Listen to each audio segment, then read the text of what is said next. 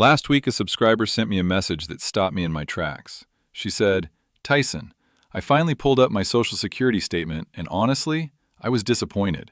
Is there anything I can actually do about this number, or am I just stuck with it?" And here's the truth.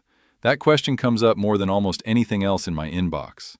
People assume Social Security is this fixed number handed down from above, like a grade you can't argue with.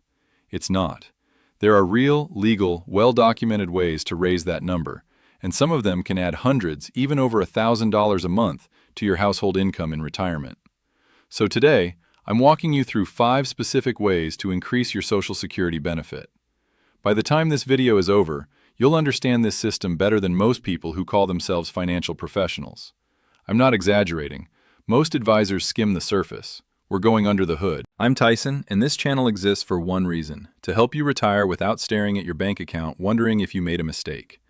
If that sounds like where you want to be, hit subscribe because we publish videos exactly like this every week.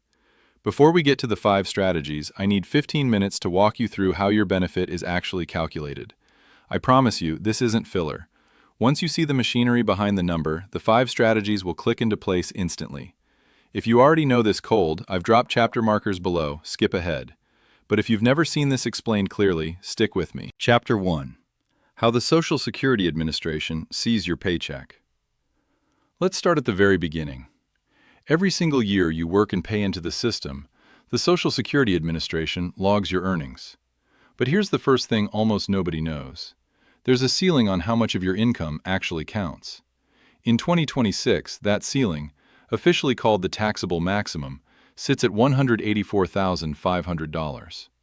That means if you earned $250,000 this year, only the first $184,500 gets taxed for Social Security, and only that portion gets counted toward your future benefit. Everything above it? The system simply ignores it, like it never happened. And this number isn't frozen in time. It climbs every year with wage growth. Back in 1990, that ceiling was around $51,000. By the year 2000, it had risen to roughly $76,000. So if you're a high earner, understand this. Your benefit calculation has a ceiling, and that ceiling moves. That's step 1, establishing what counts. Step 2 is where things get more interesting: indexing. The government doesn't just look at your raw historical paycheck numbers. $30,000 in 1995 bought a lot more than $30,000 buys today. So the administration takes your old earnings and adjusts them upward using something called the National Average Wage Index, essentially translating your old salary into today's purchasing power. That $30,000 salary from 3 decades ago might get bumped up to $65,000 or $70,000 in the formula. Here's the catch, though. They only index your earnings up through age 60. Anything you earn after that gets counted at face value, no adjustment. So if you're still grinding away in your 60s at a strong salary, those dollars enter the formula exactly as earned. No boost, no discount. Chapter 2. The 35-year rule and why zeros are dangerous. Step 3 is the part that trips up almost everyone I talk to. The Social Security Administration only counts your 35 highest earning years, not your most recent years, not consecutive years, your highest years, period. If you worked more than 35 years, this works in your favor. Those early years flipping burgers or answering phones for minimum wage? Gone, replaced by your peak earning years. But if you worked fewer than 35 years, the system doesn't just average your actual years, it plugs in a 0 for every missing year. Worked 30 years? That's 5 zeros dragged straight into your average. And those zeros don't get politely excluded, they get averaged in with everything else, quietly pulling your number down. I see this constantly with entrepreneurs. When I first started my own practice, I barely paid myself anything for a couple of years. Some months, nothing at all. Every one of those years is sitting in my earnings record as a flat 0. Same story for anyone who took a few years off to raise a family, care for a parent, or just take a break from the grind and travel. Those gap years become zeros, and zeros are expensive. If you've got fewer than 35 working years on the books, that's a red flag worth addressing, and we'll come back to exactly how in a few minutes. Chapter 3. Turning earnings into a monthly number, AIME and the bend points. Step 4.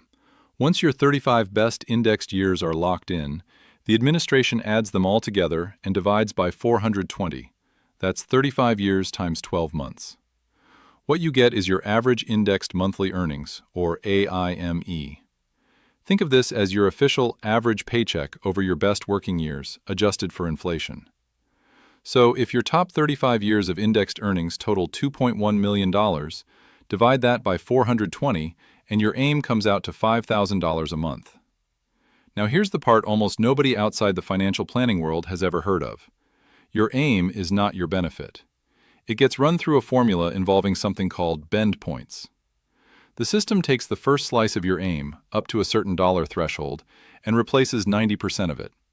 Then it takes the next slice, between the first and second threshold, and replaces just 32% of it. Anything above the second threshold gets replaced at a mere 15%. In 2025, that first bend point sat around $1,226, and the second around $7,391.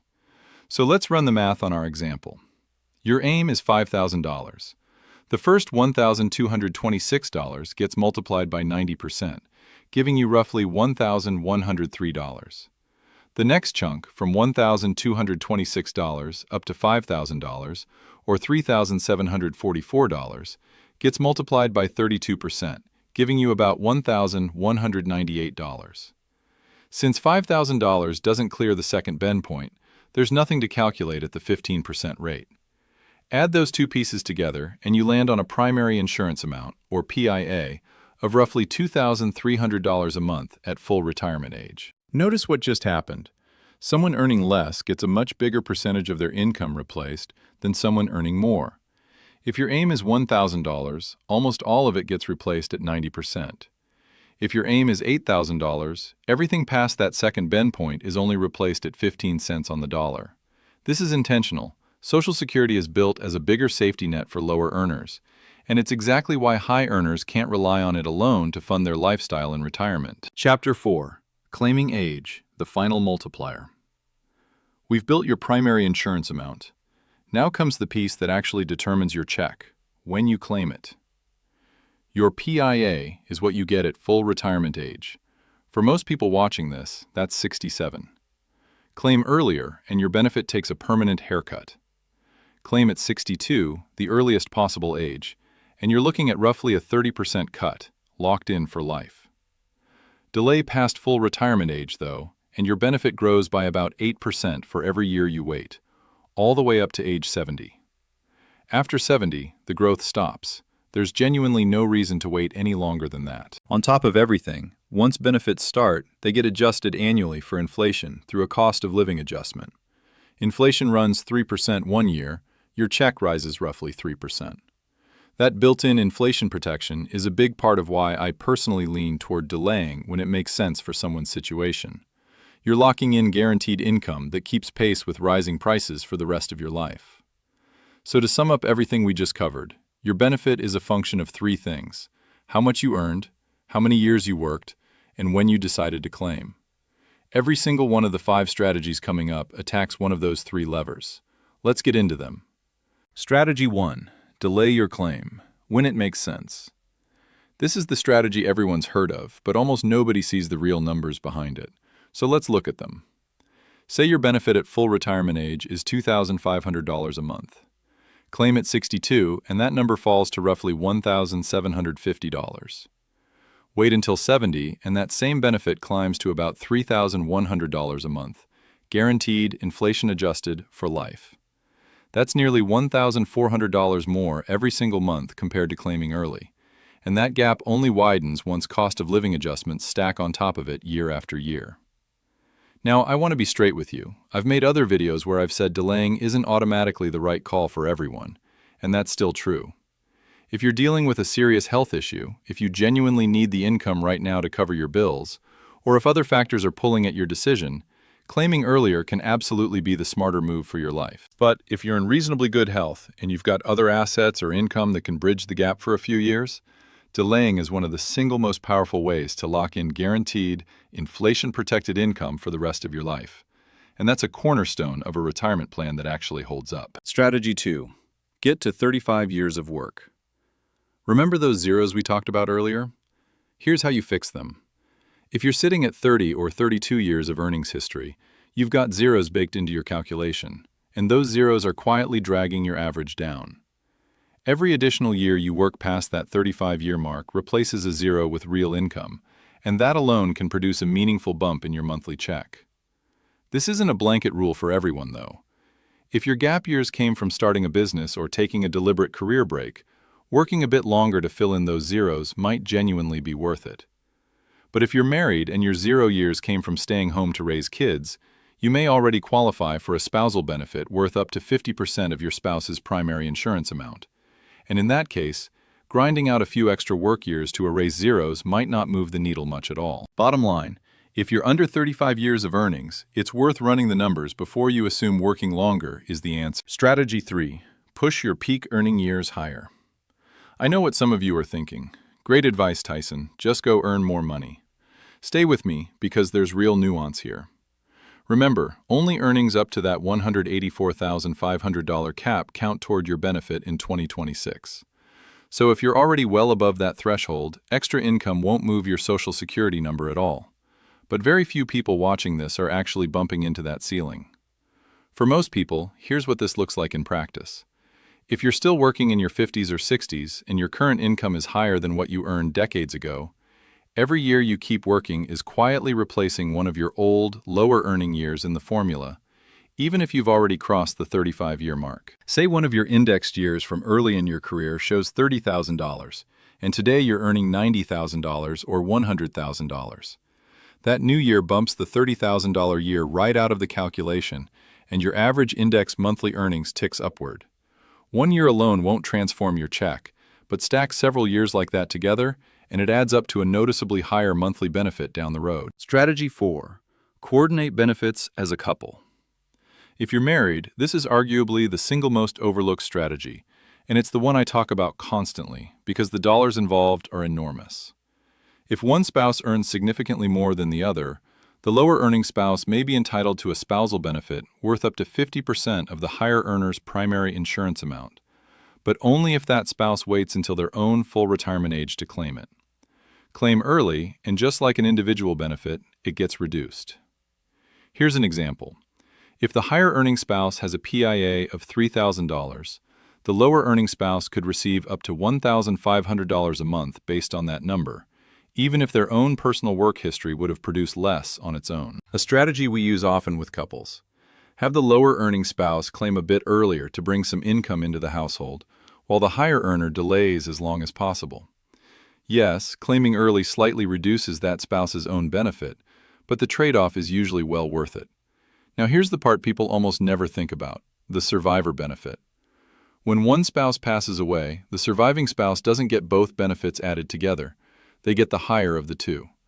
So if the higher-earning spouse delayed to 70 and locked in $3,700 a month, and the lower-earning spouse was receiving $1,200 a month, the moment the higher earner passes, the survivor's check steps up to that full $3,700 for the rest of their life. That's why, in many households, the optimal move is for the higher earner to delay as long as possible. It's not just about maximizing their own check. It's about protecting whichever spouse outlives the other. This becomes even more important when there's a significant age gap between spouses. There are exceptions, health issues, Roth conversion strategies, a desire to keep some income flowing for peace of mind, but the core lesson stands. Don't make this decision in isolation. Sit down with your spouse, look at both statements side by side, and build one combined strategy instead of two separate ones. Strategy 5. Audit your earnings record for mistakes. This last one barely gets talked about, and it might be the easiest win on this entire list. The Social Security Administration maintains a running record of every dollar you've ever earned under the system. And yes, sometimes that record is wrong. Billions of dollars in reported wages have historically gone unmatched to the correct individual's earnings record. If one of your higher earning years is missing or shows a number lower than what you actually made, that error can quietly shrink your lifetime benefit by thousands of dollars, and you'd never know unless you looked. Here's what to do. Go to ssa.gov, create an account if you don't already have one, and pull up your full earnings statement. Go through it year by year. For extra confidence, compare it against old tax returns or W-2s if you've kept them, and flag anything that looks obviously off. Fair warning, The further back an error goes, the harder it can be to get corrected, since you'll typically need documentation to back up a claim. But if you catch it and you've got the paperwork, it is absolutely fixable. Wrap up. These strategies don't live in a vacuum.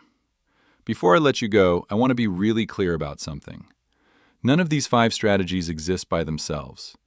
Your Social Security decision is one piece of a much bigger retirement plan. Your taxes, your investment accounts, your health, your spouse's situation, your overall goals. If you're planning Roth conversions, that might change the math on delaying. If both spouses are dealing with health challenges, claiming earlier might make more sense for your family. There is no universal answer here, no matter how confident someone in the comments sounds telling you, everyone should claim at 62, or everyone should wait until 70.